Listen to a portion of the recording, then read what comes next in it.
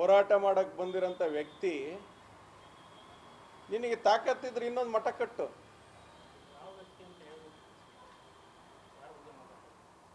ಯಾರೋ ಮಾಜಿ ಶಾಸಕ ಅಂತ ಹರಿಹರದನ್ ಬರ್ತಾ ಇದ್ದಾನಲ್ಲ, ನಿಮಗೆ ಗೊತ್ತಲ್ಲ, ನಾನು ಹೆಸರು ಹೇಳಕ್ಕೆ ಇಷ್ಟಪಡೋದಿಲ್ಲ.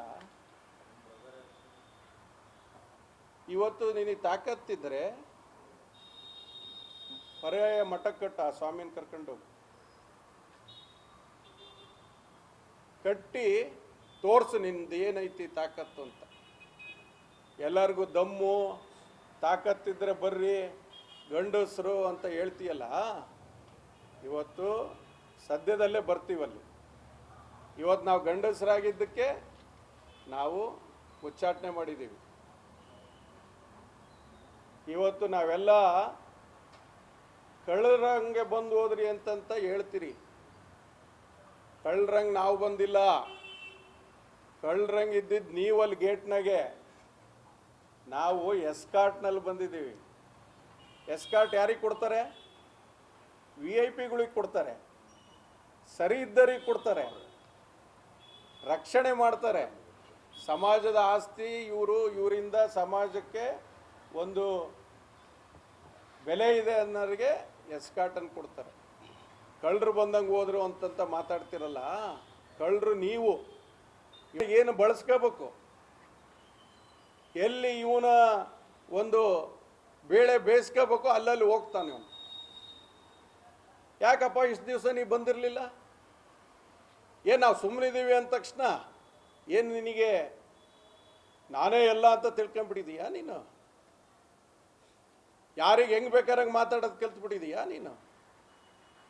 ನೀನು ಅನ್ಕೊಂಡಿದೀಯ? ನೀನು ನಾನೆಲ್ಲ ಗಮನಿಸ್ತಾ ಬಂದಿದ್ದೀನಿ 5-6 ದಿವಸದಿಂದ. ಬಾಯಿಗೆ ಬಂದಂಗೆ ಮಾತಾಡ್ತೀಯ. ನಿನ್ನ ಕೊಡುಗೆ ಏನು? ಸಮಾಜವನ್ನು ಬಳಸ್ಕೊಂತೀಯಲ್ಲ ನೀನು. ನಿನ್ನ ಒಂದು ಸಂಘಟನೆ ಏನು? ಎಲ್ಲಿ ಸಂಘಟನೆಯನ್ನು ಮಾಡಿದೀಯ? ಇವತ್ತು ಅವರು ಹೊರಗೆ ಹಾಕಿದ್ರು ನಿನಗೆ. ಕೂಡಲ ಸಂಗಮದ ಪೀಠದ ಟ್ರಸ್ಟ್ನಿಂದ ಏನು ಇವರು ಅಲ್ಲಿ ಹೋಗಿ ಎಲ್ಲ ಮಾಡ್ತಾ ಇದ್ರಲ್ಲ, ಈಗ ಹೊರಗಡೆ ಹಾಕಿದ್ದಾರೆ ಇವ್ರನ್ನೇ. ಇವ್ರನ್ನ ಯಾವುದಕ್ಕೂ ಅಲ್ಲಿ ಕರಿತಾ ಇಲ್ಲ, ಸ್ವಾಮೀಜಿ ಯಾವುದಕ್ಕೂ ಕರಿತಾ ಇಲ್ಲ, ಯಾವ ಮುಖಂಡರು ಇವ್ರನ್ನ ಕರಿತಾ ಇಲ್ಲ. ಈಗ ಅದು ಮುಗೀತಲ್ಲ, ಇವತ್ತು ಹರಿಹರ ಪಂಚಮಸಾಲಿ ಪೀಠ ಬೇಕಾಗಿದೆ. ಇದು ಸಾಧ್ಯವಿಲ್ಲ. ಏನು ನೀನು ಕೆಲವು ಜನನ ಕಟ್ಕೊಂಡು ಏನೇನೊಂದು ಪಟಾಲಂ ಕಟ್ಕೊಂಡಿದೆಯಲ್ಲ, ಅವ್ರದ್ದೆಲ್ಲ ಇತಿಹಾಸ ಎಲ್ಲರಿಗೂ ಗೊತ್ತಿದೆ.